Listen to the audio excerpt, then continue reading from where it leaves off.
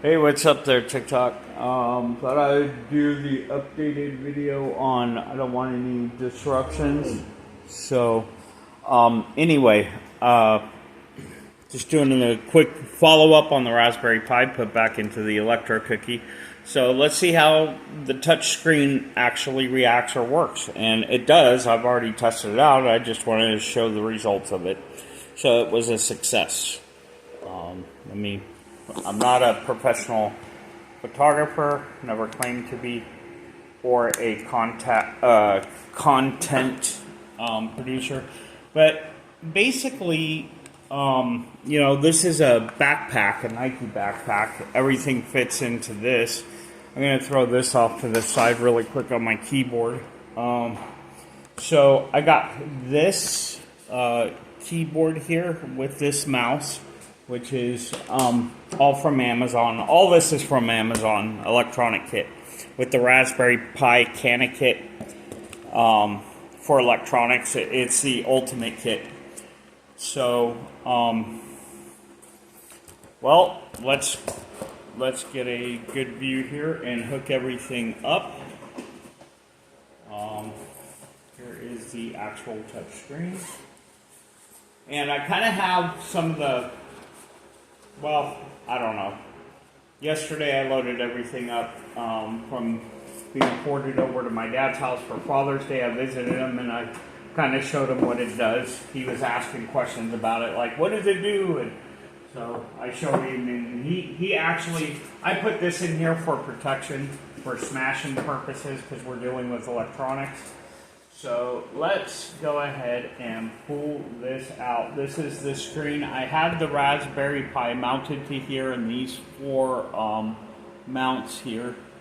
So, and come to find out, Amazon forgot two connectors to hook up the HDMI touch part of the screen. So after looking at it and fiddling around, I noticed that there's some additional side ports that look similar to the components that I had it hooked up to.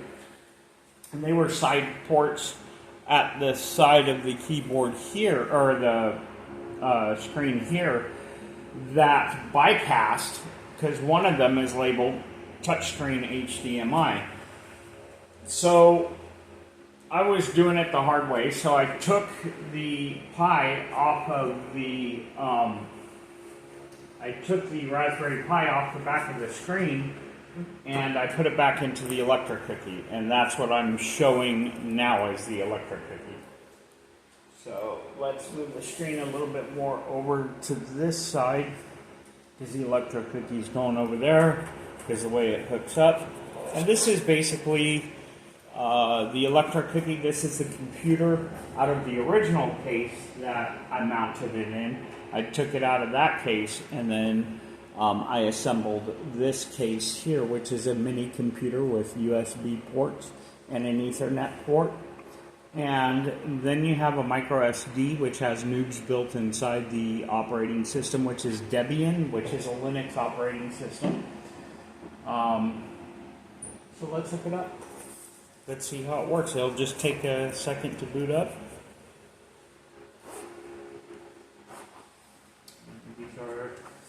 I got my power cord with the kill switch here, and we have power right here. And then it only takes three cables. One short one. You can get these longer, but this basically connects to the power to power the monitor so that the monitor can be seen with light. So that needs power too, and that's what the Electro Cookie does. So it just routes the voltage to the screen pretty much through that USB. So anyway, you got to be very careful with these connectors too. Because you're dealing with electronics, the ideal thing to do is to lay it flat, like on, a surface like this, to where it doesn't scratch the screen. But when you hook up the power's going to hook up here. You want to make sure that it goes into the voltage port first of all. That's very important. But when you push in the connection, it's bad to push it in this way. So what you want to do is you want to hold a finger on this side for support, which is what I'm going to do with my thumb. That way you don't knock the electric component loose and off the PCB or the back breadboard. Wait a second. Nope. Okay, and you don't force it in either. God damn it. You know what? I feel really stupid. This doesn't... this goes in the power supply of this. Now, you can't put your finger on the other side, so you have to be extremely careful with this since it's not an open breadboard. This goes to the power. I'm just learning electronics, so it's kind of hard to remember where everything goes, so forgive me for being such a noob. And then this, of course, will hook up to the screen here. This will go into oh.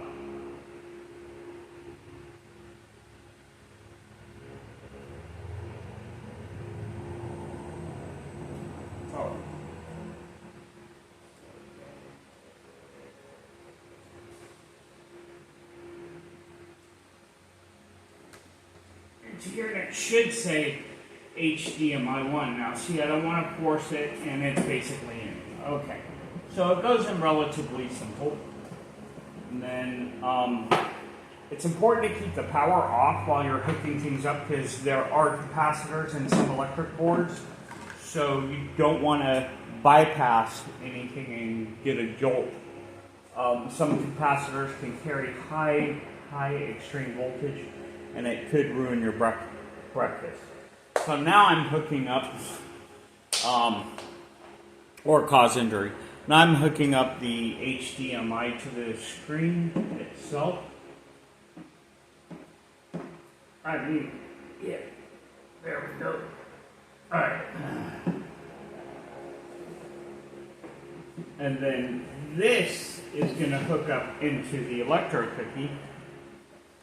It looks like a lot of work, but it's actually really simple, pretty straightforward, and thank God for those braces, because this thing's like really light, so if it falls back like that and it hits a harder surface, it's not really necessarily going to crack it. But you just want to be careful though, just to be sure. So here we go. I'm going to hook this thing up. This will go into...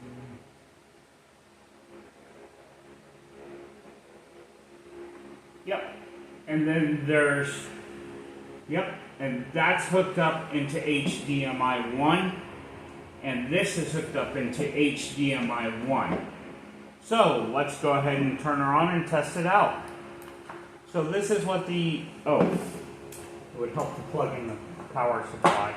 So let me make sure the kill switch, this is a button that you push to disconnect the circuitry or connect it, depending on what you're doing. Okay, let's hit the kill switch. And there we go.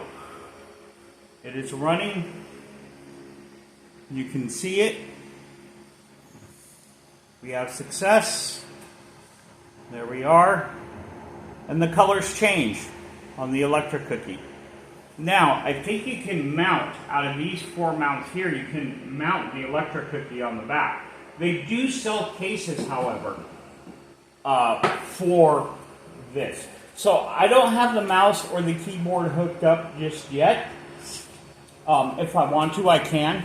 So we're going to test out the touch screen here really quick. And just test it out, see if it works. So this is the operating system, which is Linux. And then the touch screen works. Okay, so up here where we get started, you can adjust the font sizes of your taskbar and also the positioning of it. It's very configurable. Okay, I'm online. It's already hooked up to my internet. It already picked up because my Bluetooth is active. But I am discoverable, which I don't know, Oh, I'm not discoverable because it's not flashing. Okay, but I have full signal on my Wi-Fi. So basically this is it. It's for compilation, and just to let you guys know really quick, you get a free suite of Libre Base, Libre Calc, Libre Draw, Office Draw, Libre Impress, and then Libre Math and Libre Writer.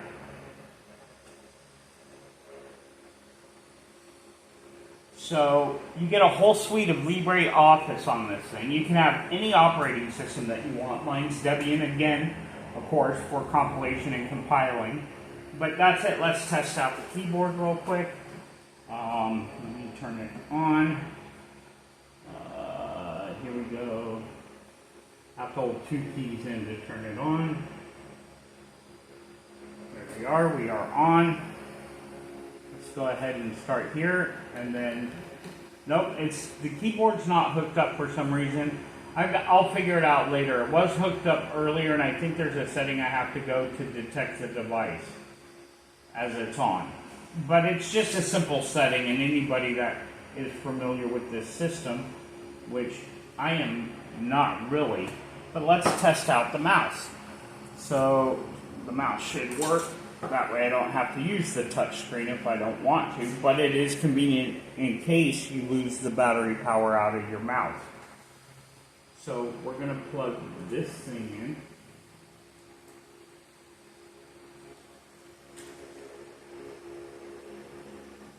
And that's the wrong way. Flip it around. Go.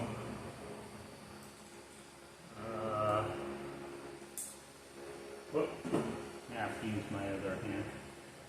I'm not left-handed. Come on, really? So, anyway, it goes in just like so. And then let's turn the mouse on. There we go. Put the back in. And up. Snap it in. And okay, the mouse is working. So see, you can see the mouse work right there. Alright, so I just right-clicked on my desktop into dead space. But anyway, this is for people who want to get into coding, which I'm going to be learning more extensively of. And these are all the coding programs that coders use. And there's different other types of menu options in here. It basically runs like Windows. So here's N.O.O.B.S, which brings you to basically the website of Rasberypi.com. And on this website here, you can learn Raspberry Pi OS. If you're not familiar with the system, this will teach you.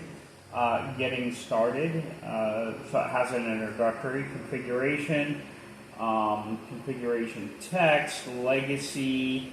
Then they have the Linux kernel, and then remote access, camera software, Raspberry Pi hardware, you know, and then they have processors, product information portal, data sheets, tutorials is what N.O.O.B.S is going to work with the chip in there, going through the tutorials, because I already have the pre-installed tools to go through the tutorials on this website on the micro SD chip. So, how to build a Raspberry Pi cluster, host a Wi-Fi hotspot using with a Raspberry Pi, block ads at home with Pi-hole. That's a funny name. But there's, you know, you can learn electronics, you know, how to control your 3D printer using Octoprint. I mean, they have some really cool stuff. They got tons and tons of projects on here that you can work from. But basically, you sign up for a free newsletter if you want to. Mastodon, not sure what that is. It looks like a social media site. But where was it? I think it was in the header of the website. Yeah, it's in the hamburger bar. So if I go over, oh come on, you know what? It wants a dark surface. There we go. So if I go to the header, come on, there we go. for home documentation, news, foundation. So it might be in documentation, I don't know. Raspberry Pi OS, getting started configuration. I went to tutorials. I found it before to learn coding and tutorials, hands-on hardware and software tutorials. Okay, so coding would be a software development.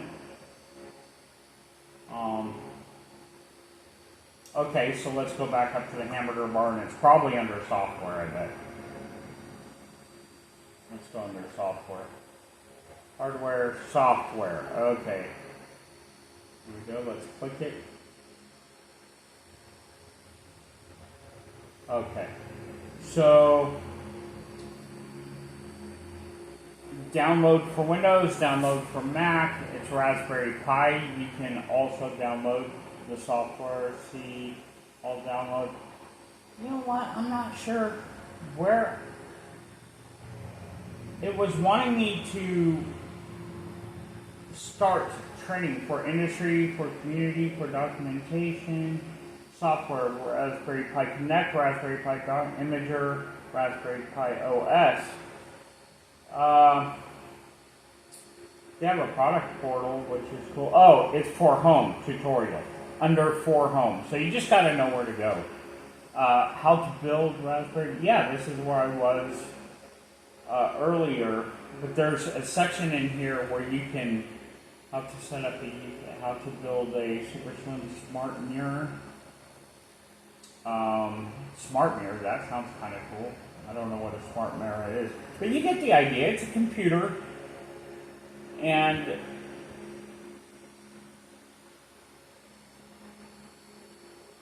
anyway, let's look under programming. Programming, here we go. Sonic Pi, that's these Greeny Java IDE, so you can do backend with Java and CSS. Scratch 3, hat emulator. I'm not sure what a hat emulator is. Let's look at it. Oh, okay, I see. Oh, that's kind of cool. So you can pre-design and emulate your own breadboard if you want to, like, get a hold of an electric company or a manufacturing company to make you a PCB. So preferences. Let's go to help. No, not preference. Let's go to help itself. There we go. Here we go. Getting started projects. There it is. So, nope. Okay, that's where it took us before, was here, which we couldn't find. Oh, coding and start your coding, and so it opens up and it asks you, I want to follow a guided path, try an individual product, or it asks you, I want to start a Raspberry Pi hardware. So that's if you're going to learn how to put them together and stuff like that. But I just basically got in there and done it myself. So I did coding, and I could begin my adventures digital making by learning code, animation, stories, and games in Scratch. So Scratch is for Unity. If I go back up here to my tools, I have Scratch installed in here. Okay, these are all the programs these tutorials are going to use, and there's projects in each block. Unity is create and explore 3D worlds with the power of Unity. Web design if I want to learn. And I picked coding with Python. You know, and you start out at playing level 1, introduction, what will I create, what do I need to know, what do I need as far as your tools and stuff and programs for software to run it, and to begin a computer or a mobile device capable of running online coding platform, and then optimally an account to save projects to. So when you get a Raspberry Pi, the cool thing about Raspberry Pi is you get the chance to come down here and I think it's here, log in or sign up. Target Practice, Rocket Launch. These are different coding programs. But anyway, let me close this out. There is something that is built in one of these menu options where actually you get your own server. And I think it's VNC server. You register for it, and you get your own mail. So your mail is on an IPOP mail. So if you know how to work an IPOP or IMAP mail, you have mail. So would it be under programming? I'm looking. No, I don't see email here. Where was it? I found email. Projects, help, it would be under help here again.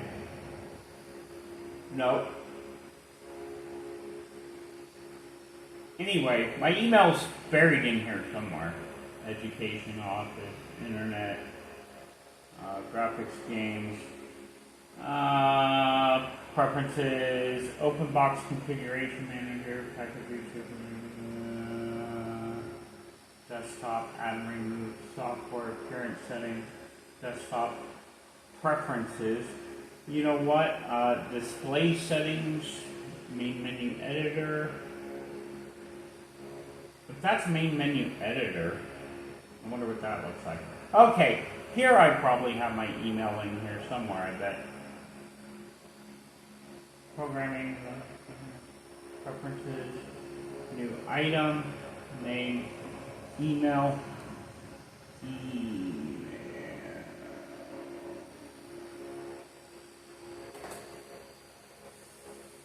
Oh, you know what? Never mind. I just thought of something. Rasberypi OS. It would probably be in this folder, I bet. Come on, open up. Open. There we go. Desktop mail. There we go. Yep. And then this is what the email looks like. So it's not like regular mail. This is different. But I tried sending my Google an email from here. Okay, that's going to be sent. Home folder is going to be... Oh, I created this one. So this is going to be it right here. Open. Draft, inbox. Let's go to inbox. Open. So this is in my inbox. I did send something out one time, and I think it failed because I needed to activate IMAP and IPOP in my Gmail. So if you're sending to like a regular email, you want to make sure they have IPOP, IMAP activated within their email, otherwise it won't send. But it's an Apache server type. I think some services may use Adobe, depending. But yeah, that's it. So we're going to go ahead and shut this thing down. So if you get a virus on this thing, it's really cool because all you have to do pretty much is just hit the power kill switch, which is right here. You hit it, boom, it turns off the computer. You turn it off, and the virus is gone. There's no tool to go in there and undo a virus. So that's what makes a Raspberry Pi awesome. All right. Thank you for watching. Bye.